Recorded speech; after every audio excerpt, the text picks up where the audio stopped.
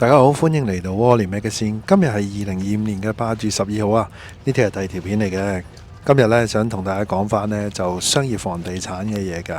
咁啊，哇，成哥又嚟啦，真係咪叫做成哥魔咒呢？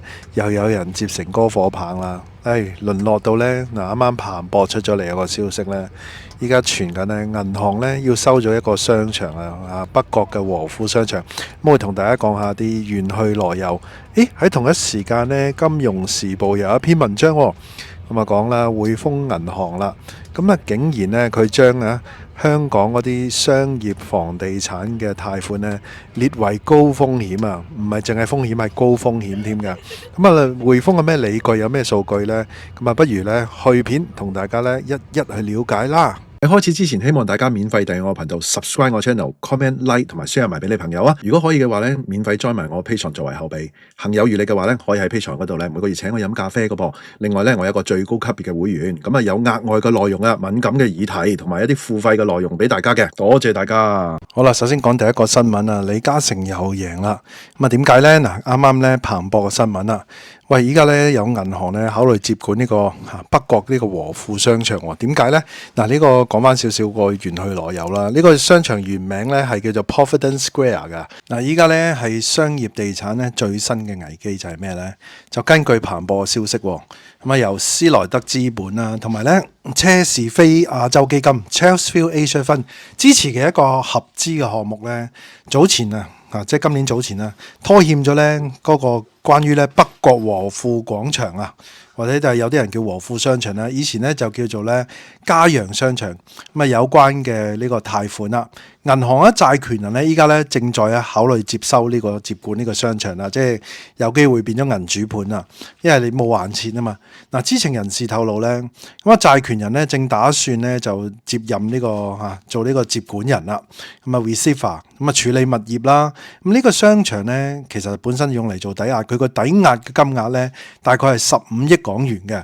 咁啊由合資公司咧向星展旗下嘅大華銀行啊，即係UOB 即係新加坡嗰間啦，咁啊等等啦貸款嘅。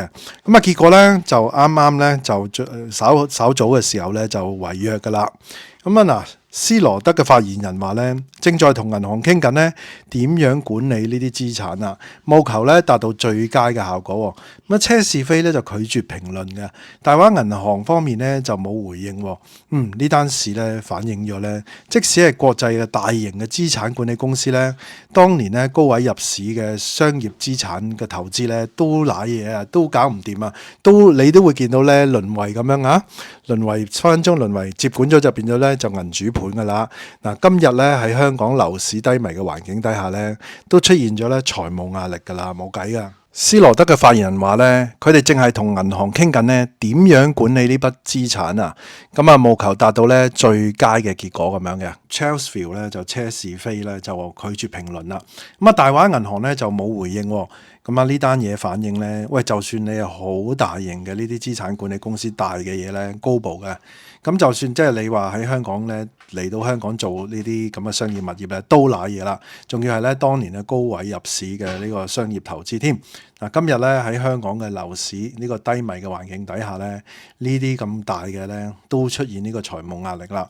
嗱，其實咧喺2018年咧，車士菲同埋地產基金咧，咁啊叫做 Primefield 啦，咁合作喎。咁啊佢做咩咧？嗱，阿成哥又贏啦！哎呀，真係啊！你話係魔咒定係話超人犀利定係乜嘢咧？我都唔知點解釋啊！真係都唔使解釋啦，呢啲全部都已經反映出嚟事實。除咗中環中心之外啊，原來咧咁多嘢喎！哇，真係咧，即係同阿成哥對賭，真係分分鐘揦嘢㗎。咁啊，呢個咧就頭先講啦，車士菲同埋 Primefield 咧就向咧長實係支持嘅呢個叫做置富產業信託。咁啊，當時咧就以20億港元咧就購入呢個和富廣場喎。當時咧個成交價咧比起估值10.61億咧，仲高出咗88%喎，即係仲要買貴咗添啊！真係做雕高手啊！呢個真係成哥啊！咁啊之後咧，嗱斯羅德咧喺2020年咧就收購咗呢個叫 Palmfield 啦。咁啊今年1月咧，咁啊斯羅德同埋咧車是非聯盟嘅呢個商場咧就公開招標出售，但係咧都冇計啊，賣唔到啊！即係今年咧2025年啊，今年其實香港咧進入一個咧更加差嘅情況啊。咁啊都流標啦，冇計啊！依家好難賣啊！依家呢啲銀行如果你話即係收咗去，係咪容易賣咧？肯定唔容易啦，更加俾人撳價添啦，係嘛？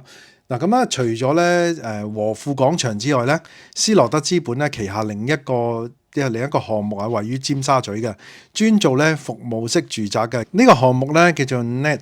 咁咧喺上個月咧已經被接管咗咯，已經即係唔係淨係一單半單啊！你見到依家香港即係喺香港商業地產度即係衰咗嘅咧，已經係涉及外國資本噶啦，一連串啊！咁啊呢啲嘅情況啊，顯示咧香港嘅商業地產市場個低潮啦，唔單止影響咧大家成日講嘅即係本地嗰啲鋪王啊等等啊、收租王啊、中小型業主等等咧，就連咧外國嘅資本咧都無可避免啊，已經係好。喺另一邊廂咧，就《金融時報》咧都係前後啊同彭博咧有另一個新聞啊，又係講商業地產啊。其實咧啲嘢咧緣去來由，所有嘢有原因。你見到即係啲風吹草動啊，或者啲蛛絲馬跡係嘛？嗱咁啊呢個新聞係講咩咧？另一邊廂咧嗱，英國嘅《金融時報》啦，咁啊講咧匯豐銀行咧截至今年6月底咧，佢哋喺香港嘅商業地產貸款咧，佢話咧有73%喎。已經列為咧高風險㗎啦。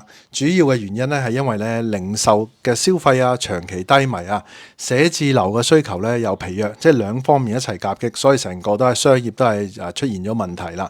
咁啊匯豐咧係香港最大嘅銀行啦，而香港咧亦都係匯豐嘅主要收入來源。咁啊佢喺香港嗰個總貸款規模咧有2340億美金嘅，當中咧商業地產嘅貸款就佔咗320億美元啦。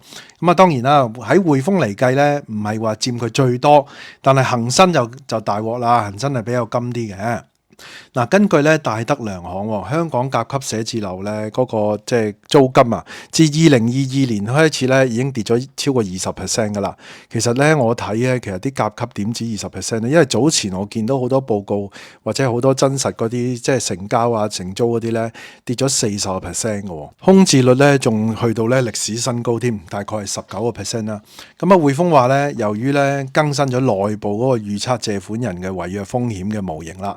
即係通常啲 bank 咧，佢有啲叫做即係嗰啲 data model 啊、risk model 啊嗰啲咧，佢 apply 落去一擺咧，就知道即係嗰個即係佢計算咗一啲 score 出嚟啦。簡單啲嚟講啦，咁啊高風險嘅貸款金額咧，今年咧由65億美元咧，哇急速爆升3倍，去到181億美元啦，被列為咧叫做資產受損啊，叫做 impair 嘅貸款啦。credit impair 嘛，咁啊亦由咧45億咧升到51億添。嗱，仲有咧就係咧地產顧問啊，咁啊 CBRE 咧指出，今年第二季咧大概有一半嘅商業地產交易咧屬於咧財務困境咁樣出售。哇！呢個我第一次聽喎，原來即係大家賣資產咧一半係真係非不得已喎，即係夾硬俾人夾出去嘅。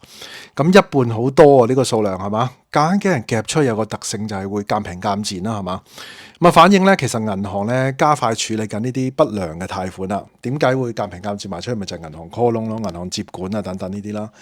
咁啊報道又話咧，其實匯豐香港嘅商業地產嘅壓力咧，其實好多係集中喺頭先我講嘅啦，旗下嘅恒生銀行啦。咁啊，因為咧恒生銀行對本地嗰個中小型地產嘅貸款比例咧比較高，其實唔止恒生啊，當然啦，呢個係匯豐係啦，其實其他嗰啲咧都好勁嘅，我見到啦，就算係建行啊嗰啲咧、大新啊嗰啲咧都唔少㗎嚇。咁啊，仲有嗰個咩啊？喂，估唔到嗰個富邦都有一紮嘅喎。好啦，嗱呢班嘅中小型地產商咧，咁啊近嚟嘅財務壓力真係好大啦。即係本土嗰啲點止啊？頭先你見到對上嗰個已經係原來係外國資本嗰啲咧，都出現呢啲問題喎。咁佢哋咧咁樣俾人收，咁啊其實銀行損失咯。嗱，根據高盛嘅數據顯示咧，恒生嘅不良貸款咧，其實喺6月底咧已經去到咧6.7%，係有紀錄以嚟嘅新高嚟㗎。咁啊包括咧超過咧，哇個紀錄係包括咗1999年亞洲金融風暴嘅時期喎，仲已經超過嗰陣時喎。嚇。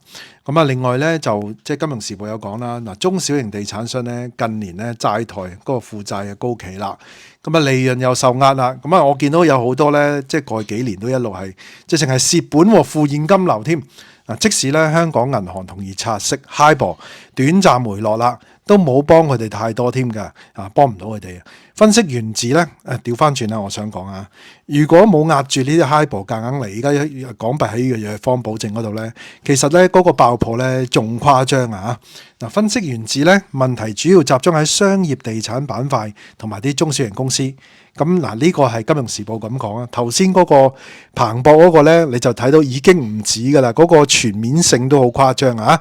佢話咧唔係多元化嘅大型商場或者係嗰啲叫做 conglomeration 啊，都唔係啊。嗱，新世界都出咗事啊，係嘛？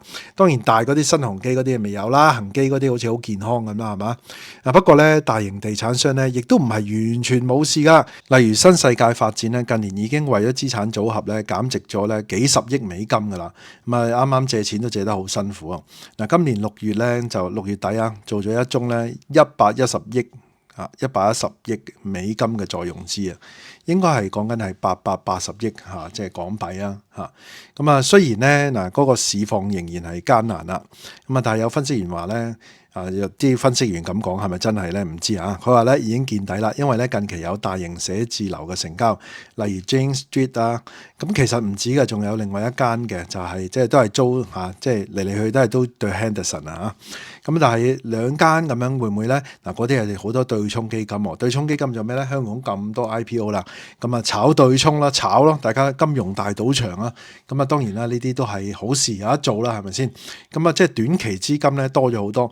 咁啊，長期喺外國回流嗰啲咧，好多都係啲中資本身係去咗外國翻嚟咁樣啦。好啦，嗱咁啊，佢話咧開始咁樣咧反應回暖，但係呢啲咧翻嚟啊，呢啲 IPO 呢啲咧租寫字樓係會，但係咧佢唔係話個 operation 喺度啊嘛，佢即係喺呢度集資 cap 水啫嘛。咁啊，主要嘅營運都唔係喺呢度係嘛？不過咧匯豐嘅行政總裁Georges 咁啊，佢話咧艾喬治啦，佢早前咧就喺個分析員會議上面咧承認嗱，香港地產客戶咧仲要面對咧短期嘅挑戰啦，但係中長期咧佢覺得咧仍然睇好香港嗰個供需同埋吸引力嘅。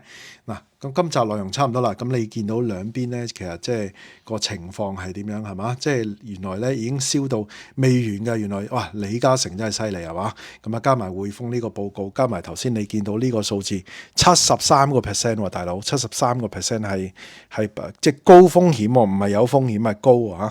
嗱好啦，今集內容差唔多啦，大家有啲咩睇法咧？不妨喺下底留言啦。大家都聽到嚟呢度啦，希望大家 like 埋呢條片啦 ，share 埋俾朋友，記得未 subscribe 嘅要 subscribe 埋啊！可以嘅話 join 埋我 Patreon啦，多謝收看，拜拜。